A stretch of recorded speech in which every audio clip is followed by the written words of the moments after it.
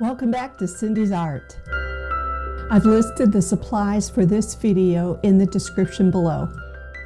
Today we're going to work on some very easy bookmarks, and I've provided a sketch for my doodling, and be sure to check out my channel for some of the upcoming watercolor lessons that you see here.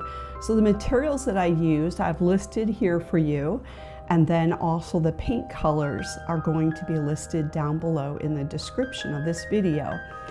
So it started off with using washi tape and using a very large piece of paper to tape off, and then what I did was wet this down really well. I took paint colors, just some greens. This is sap green, and I have a mineral green in there. And then I used opera, and I used Aurelion and Gamboge, which is an orange color. Basically, all I did was splatter them. You can do what I'm doing right now using a tapping motion and just splatter color on there. Don't worry about where it's going. If you enjoy my videos, be sure to like them and subscribe. That would be so helpful for me. Thank you. I used a little bit of Alizarin Crimson Brusho, which is a powdered type of paint. It is very strong. You only want to put a tiny bit on. And I used a little bit of their sap green and a little bit of their Gamboge, which is a yellow orange. And I tapped it on there while the paper's wet. This is going to spread.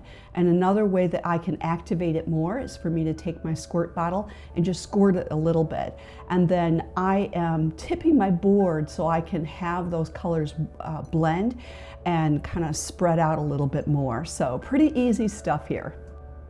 Now, I'm not working hard at this picture. I'm looking at what I have right now, and I'm just determining where I can add some darks in. I'm going to do that with the greens, and then I'm going to let this dry. Then I'm going to wet it down again, and I'm adding in some more leaf greens. Then I'm going to add in some black colors to define where some of the shadows are.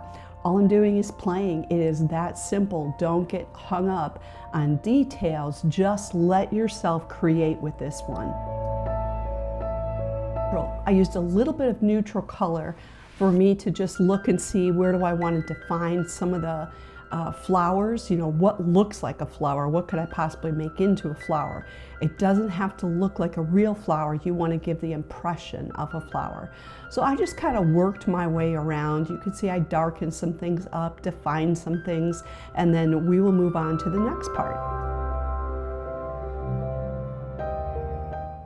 So when I started doodling, I started to outline flowers.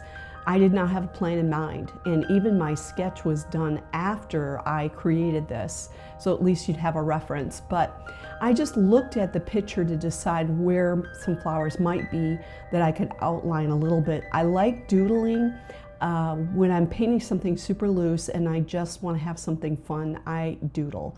Look up on Pinterest and take a look at some sample doodling art, and you can just find these pages of doodles that will give you ideas of what you can draw.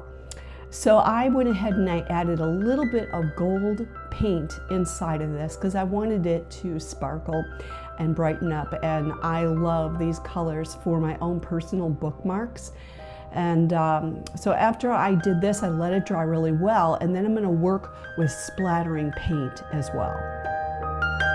Creative doodles. I'm drawing bumblebees. I'm drawing anything I want to.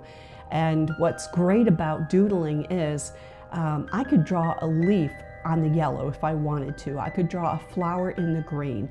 I can do whatever I want to, and all I'm doing is just trying to fill in the blanks and make this look more like a doodle art. This is such a simple painting, and it only probably takes you about 15 minutes to 20 minutes to do it outside of drying it. It's something where you can just chill, relax, and have a lot of fun. The next morning I looked at this picture, and I will leave it overnight so I can just see, is there something else that I want? I wanted white splatters on it, which brightens it up all the more. And looking at it up close, it made that gold really pop out as well. So you can see that I'm using the same tapping method. My paint is not too watery, but it's not too thick, otherwise it won't splatter. So I finished this off, and then I'm ready to cut these up and use them. And I have so enjoyed my time with you today. Be sure to hit the like button if you found value in my video. If you enjoyed this video, check out this next one to see some more ideas for easy, loose watercolor painting. We'll see you next time.